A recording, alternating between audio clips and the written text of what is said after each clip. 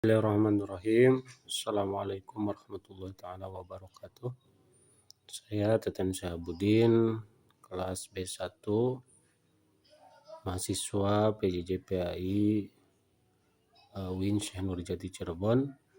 Pada kesempatan kali ini saya akan mempresentasikan tentang strategi pengelolaan kelas PAI. Nah, perlu kita ingat tujuan utama dari pengelolaan kelas PAI adalah untuk menciptakan sebuah ekosistem belajar yang kondusif, inspiratif, dan islami. Ini bukan sekedar tentang disiplin, tapi tentang membangun rumah kedua bagi siswa di mana nilai-nilai Islam dihidupkan dalam setiap interaksi.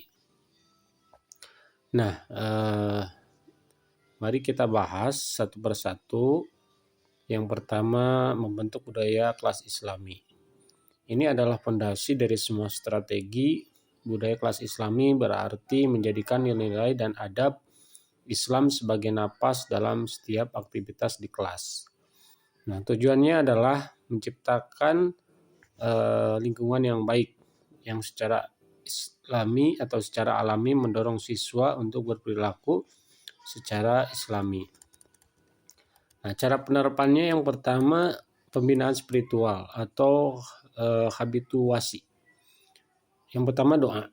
Memulai dengan mengakhiri setiap pembelajaran dengan doa yang khusyuk, bukan sekedar rutinitas, tetapi makna doa tersebut agar siswa memahaminya. Yang kedua, salam Islami. Biasakan mengucapkan salam dan menjawab dengan lengkap dan penuh senyuman. Contohnya, Assalamualaikum warahmatullahi wabarakatuh. Nah, seterusnya bisa mengawalinya dengan tadarus singkat misalnya. Nah, awali kelas dengan membaca beberapa ayat Al-Quran bersama, misalnya sesurah pendek, ya, untuk memberkahi proses belajar. Itu. Seterusnya, yang kedua ada lingkungan fisik yang mendukung. Nah, ini yang ada beberapa aspek. Yang pertama, visual Islami, ya. Pajang misalkan kaligrafi ayat Al-Quran, hadis, dan Asmaul Husna yang relevan dengan materi akhlak. Misalnya hadis tentang kebersihan, an-nadhafatu minal iman misalkan. Terus hadis tentang kejujuran dan lain sebagainya. Yang kedua, aspek kebersihan dan keterampilan. Nah, tekankan bahwa kebersihan adalah sebagian daripada iman. Nah, dengan menjaga kebersihan kelas bersama-sama, nah ini bisa membuat jadwal piket dijalankan dengan penuh tanggung jawab sebagai bentuk ibadah. Yang ketiga, karya siswa. Pajang hasil karya siswa misalkan di kelas yang bertemakan Islami untuk menumbuhkan rasa bangga dan memiliki. Dan yang ketiga, interaksi sosial yang Islami. Misalkan bahasa yang baik, ya. Nah, guru bisa mengajarkan dan mencontohkan untuk menggunakan tutur kata yang sopan, tidak mencela, lemah lembut, dan memanggil teman dengan panggilan yang baik. Seterusnya, tumbuhkan rasa sifat tolong-menolong atau ta'awun, ya. Dorong siswa untuk saling membantu teman kesulitan memahami pelajaran. Jadi kita bisa saling membantu, ya. Ajarkan siswa itu bisa saling mengasih tahu atau membantu temannya ketika sedang kesulitan menghadapi pelajaran. Seterusnya ada aspek saling menghargai. Nah, ciptakan suasana di mana siswa merasa aman untuk bertanya dan berpendapat, ya, tanpa takut ditertawakan oleh temannya sendiri, gitu. Nah, yang kedua tentang pengelolaan waktu dan aktivitas secara efektif. Kita tahu bahwa waktu adalah amanah dari Allah Subhanahu wa taala, maka mengelolanya dengan baik di dalam kelas berarti menghargai nikmat tersebut dan memastikan tujuan pembelajaran tercapai, ya, secara maksimal. Nah, ini cara penerapannya juga bisa melalui yang pertama struktur pembelajaran yang jelas. Misalkan pembukaan dari 5 sampai 10 menit, salam, doa, tadarus absensi, dan apresiasi atau menghubungkan materi sebelumnya dengan materi yang akan datang. Seterusnya bisa kegiatan intinya kisaran 60 sampai 70 menit lah. Menyampaikan materi, diskusi, aktivitas, tanya jawab, dan yang terakhir penutup misalkan dari 5 sampai 10 menit. Kesimpulan yang kita ajarkan kepada anak didik, refleksinya seperti apa hikmah yang bisa diambil dari pelajaran hari ini. Ada aspek juga variasi metode pembelajaran ya. Hindari metode ceramah yang monoton. Gunakan berbagai aktivitas seperti kisah Islami atau kisah ya. Bercerita tentang kisah-kisah Nabi, para sahabat, dan juga ulama-ulama yang menanamkan nilai-nilai kebaikan. Seterusnya ada aspek studi kasus. Nah, biarkan memberikan masalah nyata atau misalnya secara cara membagi warisan yang sederhana ataupun misalkan cara berpuasa yang baik seperti apa untuk dipecahkan bersama begitu. Dan bermain peran misalkan atau role playing, mempraktikkan tata cara berwudu misalkan sholat dan simulisasi ya cara jual beli yang baik menurut syariat Islam. Seterusnya ada aspek manajemen transisi ya. Nah, di mana berikan instruksi yang jelas saat berpindah dari satu aktivitas ke aktivitas lainnya. Nah, untuk meminimalisir waktu yang terbuang dan menjaga kelas tetap kondusif. Nah, poin yang ketiga adalah mendorong keterlibatan aktif siswa. Ini sangat jelas ya bahwa pembelajaran baik akan lebih bermakna jika siswa tidak hanya menjadi pendengar yang pasif tetapi juga aktif yang menjadi peserta aktif yang mencari, menemukan dan menghayati ilmu yang kita berikan. Cara penerapannya yang pertama bisa teknik bertanya yang merangsang. Contohnya inilah, seorang guru menanyakan, menurut kalian mengapa kita harus berbakti kepada orang tua misalkan. Nah, sebutkan dalil-dalilnya kepada orang tua itu bagaimana, misalkan contoh ridallahu fi ridal walidain wa syuhtullahi fi syuhtul walidain. Ridho Allah tergantung kepada ridho orang tua dan murka Allah juga tergantung kepada murka orang tua. Seterusnya pembelajaran berpusat pada siswa atau student center learning. Nah, jadi guru itu sebagai fasilitator ya, berikan proyek dan tugas yang memungkinkan siswa untuk mengeksplorasi topik PAI secara mandiri atau dalam kelompok. Seterusnya bisa dengan memberikan apresiasi ya. Hargai setiap usaha siswa untuk bertanya, untuk menjawab meskipun jawabannya kurang tepat ya. Tapi gunakanlah kalimat positif ya, seperti misalkan terima kasih, terus pertanyaan yang bagus sekali atau jawaban yang menarik anak-anak. Nah, itu kan bisa juga menjadikan motivasi buat siswa. Dan poin keempat yaitu menerapkan keteladanan akhlak atau uswatun hasanah. Ini jelas bahwa seorang guru harus menjadi seorang yang uswah hasanah atau menjadi suri tauladan yang baik bagi anak didiknya. Cara penerapannya yang pertama bisa dengan konsep konsistensi antara ucapan dan perbuatan. Jika mengajarkan tentang kejujuran ya tentunya maka guru harus jujur dengan segala hal. Jika misalkan mengajarkan tentang kesabaran, artinya maka guru harus menganjurkan atau menunjukkan kesabaran saat menghadapi siswa yang misalkan beragam ya, di situ ada yang nakal, misalkan ada yang nggak mau diam. Nah, maka tunjukkanlah kesabaran guru di situ. Dan jika mengajarkan tentang kedisiplinan, maka si guru ini kan harus datang tepat waktu. Jadi jangan kita mengajarkan tentang kedisiplinan tetapi guru datangnya telat gitu kan. Ini kan tidak relevan dengan apa yang kita ajarkan. Sikap dan perilaku sehari-hari, nah ini juga harus tidak boleh dilupakan. Misalkan sikap pemaaf, bersikap lapang dada dan mudah memaafkan kesalahan orang lain, bersikap adil, lemah lembut, ataupun misalkan bertutur kata yang baik. Dan tidak kalah pentingnya juga menjadi pribadi pembelajar. Maka tunjukkanlah kepada siswa bahwa guru juga terus belajar dan terbuka terhadap ilmu baru. Ini menunjukkan atau mengajarkan kerendahan hati atau tawadu seorang guru. Nah, ini akan menjadi tolak ukur ya bagi siswa bahwa tetap menunjukkan rasa tawadu gitu. Ya begitu. Jadi kesimpulan dari keempat yang tadi, kesimpulannya adalah saling terkait dan tidak dapat dipisahkan. Budaya kelas yang Islami menjadi wadahnya, pengelolaan waktu yang efektif menjadi bingkainya, keterlibatan siswa menjadi isinya, dan keteladanan akhlak guru menjadi ruh yang menghidupkan semuanya. Nah, untuk slide berikutnya, slide 4, yaitu tantangan pendidikan Islam di masa depan.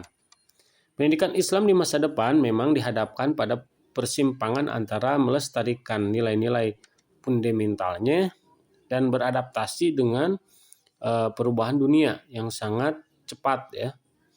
Nah, kegagalan dalam menavigasi persimpangan ini dapat membuat pendidikan Islam tertinggal dan kehilangan perannya dalam membentuk peradaban. Yang pertama tantangan itu yaitu perkembangan teknologi. Nah, teknologi khususnya teknologi digital dan informasi adalah pedang bermata dua. Al-waktu asyaib gitu ya. Waktu itu ibarat pedang. Maka harus menawarkan kemudahan luar biasa. Tetapi juga membawa tantangan yang signifikan bagi pendidikan Islam. Misalnya banjir informasi dan otoritas keilmuan. Sekarang kita sudah bergelut di dunia internet. Maka internet menyediakan akses dan yang tak terbatas sebagai atau berbagai informasi keagamaan tentangnya. Adalah banyak konten yang tidak valid, dangkal atau bahkan menyesatkan. Nah, maka dari sini kita harus pandai mengajarkan kepada anak didik atau siswa bagaimana cara berinternet yang baik agar supaya apa yang mereka cari di internet tentang keilmuan-ilmuan Islam itu tepat ya, tidak sesat. Nah, seterusnya misalkan disrupsi metode tradisional. Nah, model pembelajaran tradisional yang berpusat pada tatap muka atau talaki dan interaksi langsung guru murid terancam oleh model pembelajaran daring atau online. Nah, salah satunya kan mahasiswa PJJPI itu kan belajar secara full online, gitu kan? Baik sinkronus ataupun asinkronus. Tetapi walaupun jaraknya jauh, tetap tidak menghambat proses pembelajaran atau perkuliahan. Artinya, sekarang di dunia era digitalisasi, internet sangat berpengaruh gitu ya terhadap pengembangan keilmuan baik siswa ataupun mahasiswa. Nah, seterusnya kesenjangan digital. Ini juga tidak kalah penting. Jadi tidak semua lembaga pendidikan Islam atau siswa ini memiliki akses yang setara terhadap teknologi. Maka hal ini menciptakan ketimpangan kualitas pendidikan antara lembaga yang secara teknologi yang tertinggal. Nah, seterusnya etika digital ini juga tidak kalah penting. Bagaimana menanamkan adab dan akhlak Islami dalam dunia digital. Nah, tantangan besar bagi kita selaku pendidik yaitu mengajarkan siswa untuk menggunakan media sosial secara bertanggung jawab, menjaga pandangan, menghindari ghibah atau menggunjing orang ya di ruang cyber atau misalkan di Facebook, di TikTok, terus Instagram dan lain sebagainya. Dan ini memfilter informasi sesuai dengan prinsip Islam. Jadi jangan sampai anak didik kita itu menelan secara mentah informasi-informasi baik dari Facebook, Instagram, atau YouTube dan sebagainya. Nah, singkat saja yang kedua, krisis moral dan spiritual. Ini jelas ya.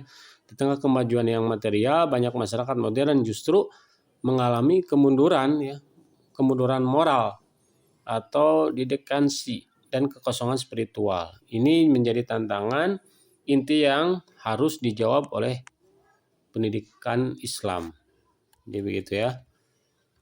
Nah,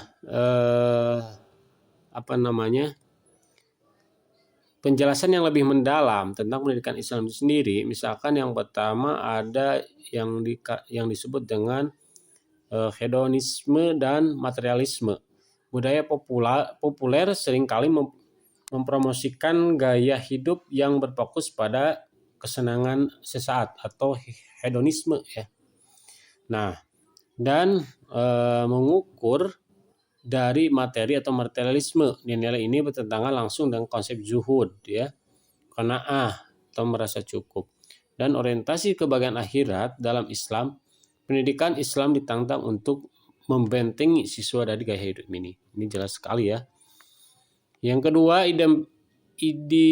individualisme atau ekstrim ya. Individualisme ekstrim, bagaimana pemahaman yang mengagungkan atau kebebasan individu secara mutlak dapat mengikis nilai-nilai kebersamaan atau berjamaah. Seperti keberagaman sosial dan penghormatan kepada orang tua dan guru yang sangat ditekankan oleh Islam. Ini jelas bahwa Islam selalu menekankan tentang adab ya, tata krama, akhlak kepada orang tua, guru, sesama, bahkan kepada sesama makhluk Allah gitu ya. Nah, yang juga tantangannya menipisnya adab. Pengaruh budaya luar dan penggak sosial seringkali menyebabkan terkikisnya adab-adab Islami seperti sopan santun sekarang sudah mulai berkurang gitu ya. Terus cara berpakaian, terkadang siswa sudah mengikuti pakaian orang-orang non muslim gitu ya. Maaf misalkan masih banyak ya SMA, SMP yang pakaiannya masih mengikuti orang-orang barat di sana gitu ya. Yang ketiga, singkat saja, minimnya inovasi pembelajaran. Nah, ini jelas salah satu kritik yang sering dialamatkan kepada pendidikan Islam adalah kecenderungannya untuk statis dan kurang inovatif ya, sehingga terkadang terasa kering dan tidak memiliki generasi muda gitu ya.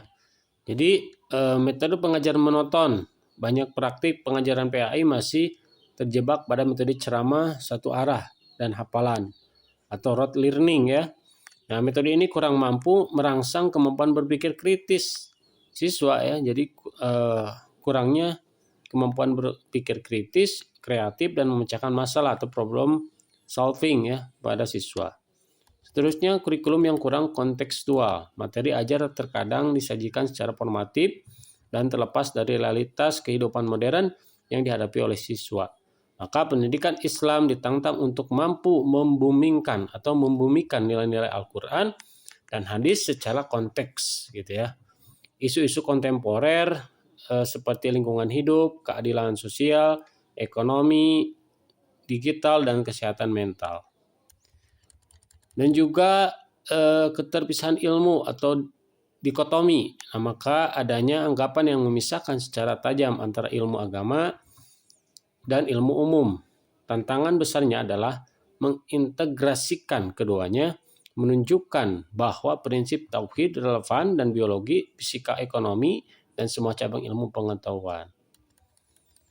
Dan aspek yang terpaku pada aspek kognitif.